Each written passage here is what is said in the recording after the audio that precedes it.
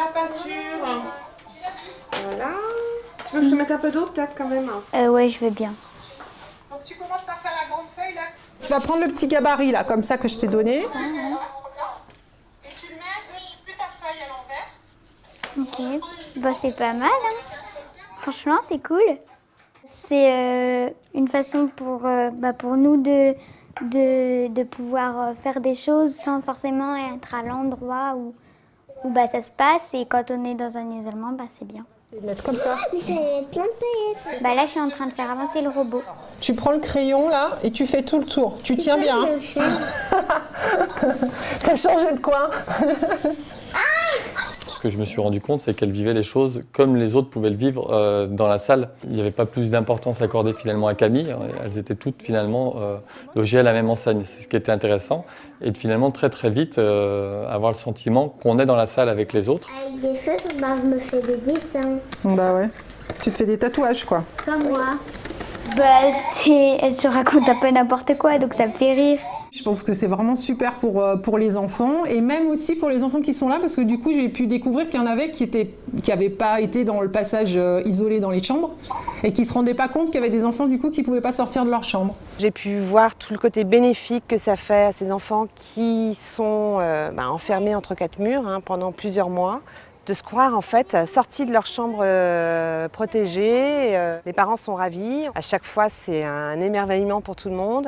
Voilà, on a eu plusieurs retours des parents nous disant c'est incroyable. Ces réflexions-là et ces échanges avec les familles nous ont poussés à imaginer de systématiser un petit peu ça et de proposer aux enfants qui doivent rester à l'hôpital de façon prolongée et qui ont ce manque et ce besoin de lien social de bénéficier de ces robots. C'est bon, ça rentre? Oh bah super, chouette. Voilà, trop joli. Ça va, ça te plaît? Ouais. Wow, super. Génial. Merci. De rien.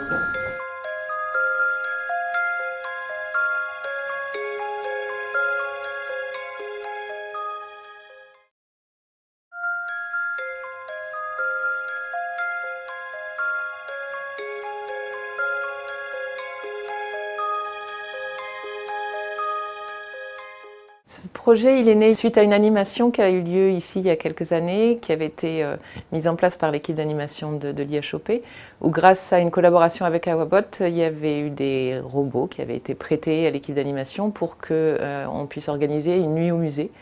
Et on avait été très surprise de l'excitation et de l'engouement des enfants sur cette manifestation et sur le fait de pouvoir participer à un événement comme celui-ci sans être sur place. On s'était dit que finalement, ces robots-là, ils pourraient aussi être utilisés non pas uniquement pour des événements festifs type la nuit au musée, mais aussi pour la vie de tous les jours.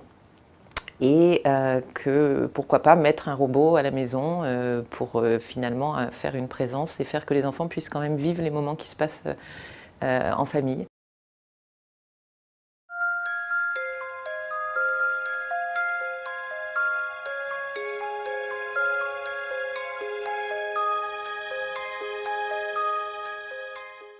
Après presque 40 ans d'existence, à l'appel, nous savons combien l'isolement des enfants et adolescents peut être préjudiciable à leur guérison et à leur développement futur. La mise à disposition d'un robot mobile va leur permettre de rester en contact avec l'extérieur, tout en maîtrisant l'autonomie de le faire dans le lieu et au moment où ils l'auront choisi. Nous sommes convaincus que le maintien de leur vie d'avant la maladie est une véritable thérapie pour ces enfants et adolescents. Pour preuve, la charte de l'appel qui dit « Nous savons que lorsque les enfants guérissent, c'est bien sûr grâce au progrès de la médecine, mais nous savons aussi que la guérison tient pour beaucoup à l'état de leur morale et que leur morale est induite par leur environnement. » C'est une véritable thérapie, c'est pas du ludique. Bien sûr qu'il y a le côté un petit peu avatar qui sort, alors ça fait rêver, mais il y a aussi la thérapie derrière, ces enfants qui vont rester en lien, et je suis certaine que dans leur guérison, ça jouera, et que pour leur développement futur, quand ils reviendront à la vie normale, eh bien la cassure aura été moins importante. Parce qu'on se rend compte aujourd'hui qu'il y a des enfants qui ont vécu dans la petite enfance cet isolement, et que cet isolement a provoqué après des troubles dans leur vie future. Voilà. Et nous, on veut une vraie guérison de ces enfants.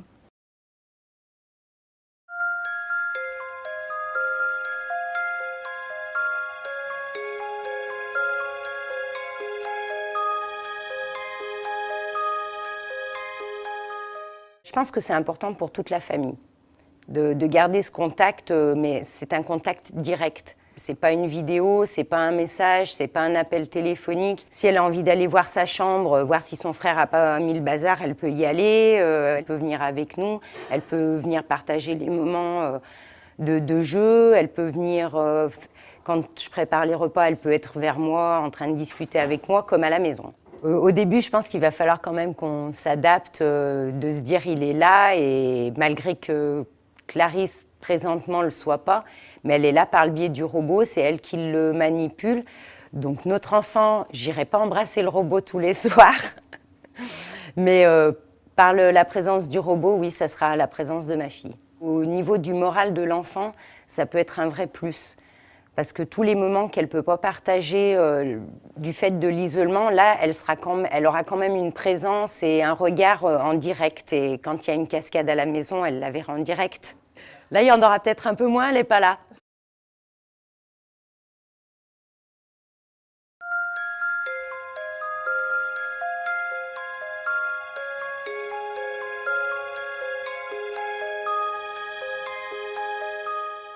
Lorsque Camille est hospitalisée pendant de nombreuses semaines, ça a permis justement, une fois, de pouvoir rompre avec cet isolement qui est assez pesant, avant tout pour Camille, mais aussi pour les parents, et de permettre effectivement d'aller sur l'extérieur sans pour autant bouger de sa chambre. C'est un robot qu'on pourrait avoir à la maison pour garder le lien avec le parent qui est à la maison, pour garder le lien avec la fratrie, et de se dire que passer des moments sympas qu'on n'a plus l'occasion de passer quand Camille est en isolement, et justement permettre aux parents de garder ce lien-là, mais puis à Camille aussi de se sentir aussi à la maison, parce que le robot permet quand même de se sentir à l'extérieur malgré le fait qu'on soit enfermé. Ce qui lui manque beaucoup à Camille, c'est finalement ses copains d'école, c'est sa maîtresse. À l'époque, elle était en CM2, et c'était de se dire, ça serait super finalement que de temps en temps, elle puisse participer à la classe. Je crois qu'à un moment donné, ça m'a même été une demande de Camille, de se dire, tiens, est-ce qu'on ne pourrait pas prendre le robot pour aller dans ma classe? L'intérêt, il est là, parce que Skype, effectivement, c'est intéressant, mais il n'y a pas cette magie du mouvement qu'on a avec ce robot. Ça permet à l'enfant d'aller mieux. Moi, je m'en suis rendu compte, de pouvoir être en lien avec les autres, ça permet à l'enfant d'aller de l'avant. Et il y a beaucoup d'enfants, je pense, qui souhaiteraient utiliser aujourd'hui OR3 pour tous les enfants qui sont en chambre stérile, d'utiliser ce robot. Il y en a plusieurs qui l'ont fait et ils ont passé des super moments.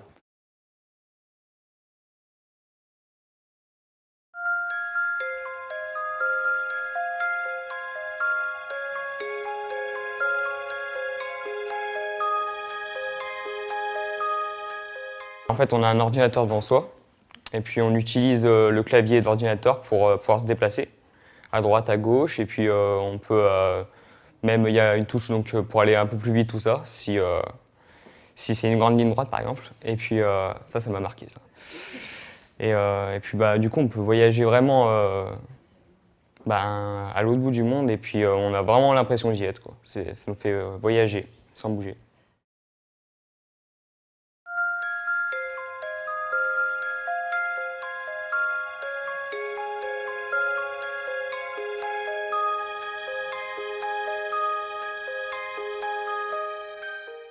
Quand on utilise le robot, en fait, on sort de sa chambre un peu virtuellement, enfin même complètement virtuellement, mais on sort de sa chambre. Je vais utiliser ce robot quand je serai au R3 et donc j'imagine que ça va encore plus me faire plaisir parce que j'aurai besoin d'un contact social et je pense qu'il va pouvoir me l'apporter, ce robot.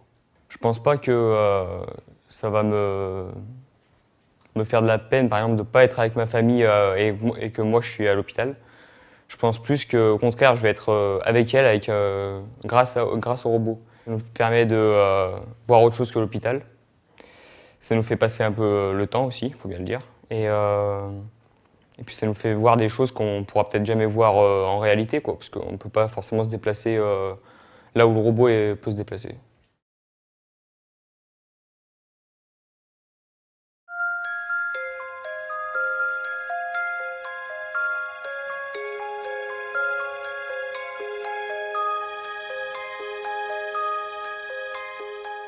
Ça marche d'une façon très simple.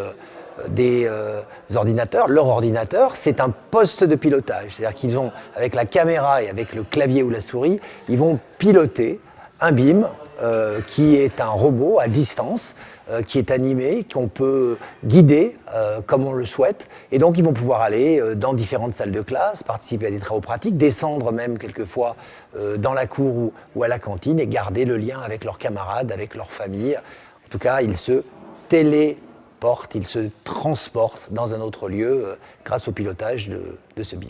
Les capacités du BIM, elles sont variées, mais l'essentiel, c'est qu'ils permettent surtout de communiquer à distance. Donc on a des fonctions très simples. Avec un haut-parleur, on peut parler à partir de son ordinateur. Et il a surtout des capacités de déplacement, c'est ce qu'on appelle la téléprésence. Donc au-delà d'avoir l'image et le son, on a également le mouvement. Donc la personne qui utilise un BIM peut se déplacer dans n'importe quel type d'univers, que ce soit une école, que ce soit une maison, ou que ce soit un lieu de travail. Donc on ne perd pas le lien social grâce à cet outil un peu extraordinaire qu'est le BIM.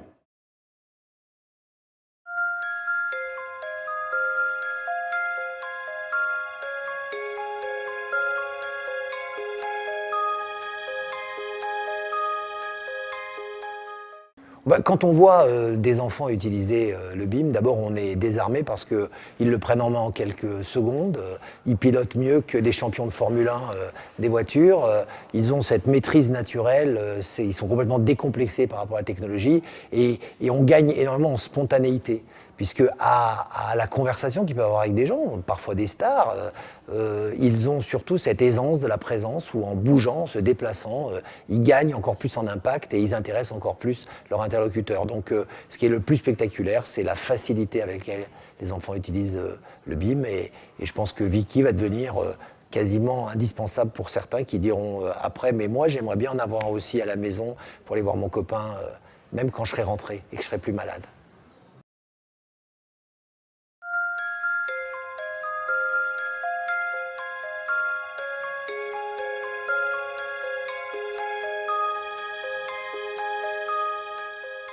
Pour le personnel soignant, l'impact du robot, il est de plusieurs ordres. D'abord, au niveau de l'organisation des soins. Dans le service, on a des soins à réaliser qui sont importants et il faudra organiser avec les enfants ces temps de soins, c'est-à-dire qu'ils sont prioritaires et il faudra vraiment discuter avec eux, échanger, s'organiser peut-être le matin, savoir à quel moment ils veulent faire du robot, à quel moment les soins sont prioritaires et qu'il faut faire plutôt les soins. Après, ce qui sera intéressant pour les soignants, c'est de pouvoir, avec les enfants, faire la connaissance de leur entourage à l'extérieur. Parce qu'aujourd'hui, le service est une unité fermée, donc on connaît souvent les parents, parfois un papy, une mamie, mais rarement les autres membres de la famille. Donc je pense que les enfants qui vont bénéficier du robot vont en effet avoir envie de présenter aux soignants ou leurs copains d'école ou bien les autres membres de leur famille.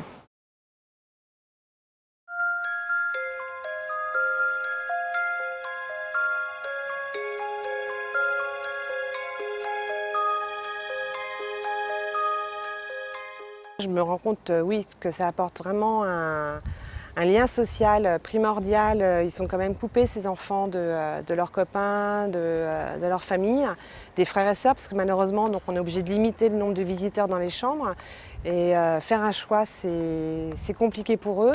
Et là, il n'y aura plus de choix à faire, quoi. Bon, il n'y aura pas le contact physique, mais voilà, ils pourront être à la maison ou avec leurs copains en classe et puis être privés de cet échange qui est tellement important maintenant. Voilà, même si ils ont leur compte Facebook, c'est pas pareil. Là, ça sera vraiment je vis la vie d'un élève lambda, normal. Je peux être interrogée au tableau, je peux me faire gronder par le prof parce que je vais parler avec mon voisin. Voilà, c'est resté dans la norme et ça, c'est vraiment quelque chose qui est très important ici.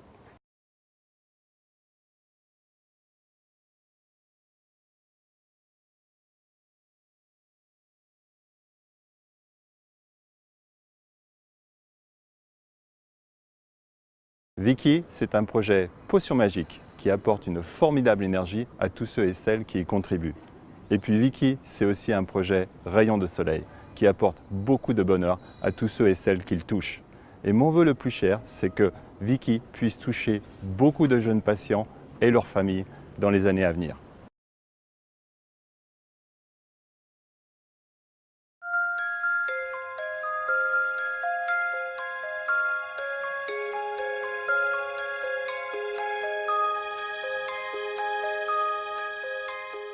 En fait, la question, elle se pose à 3 niveaux. Au niveau de l'organisation des soins, est-ce qu'ils vont considérer que c'est quelque chose qui peut les aider parce que ça peut réassurer l'enfant, ça peut l'accompagner?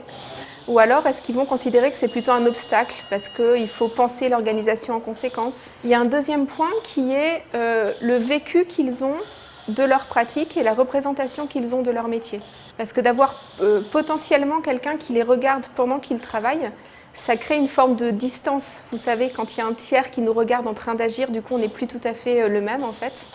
Et le troisième élément, c'est la relation thérapeutique avec l'enfant. Donc soit on considère qu'ils pourront être plus dans l'intimité de l'enfant, rencontrer par ordinateur interposé ses grands-parents, ses copains de classe, ses frères et sœurs, etc. Que du coup, il y a une relation plus forte qui peut s'établir avec lui. Ou alors, inversement, ils peuvent considérer que c'est une forme de présence qui peut faire obstacle à la relation qu'ils vont établir avec l'enfant au cours de sa prise en charge.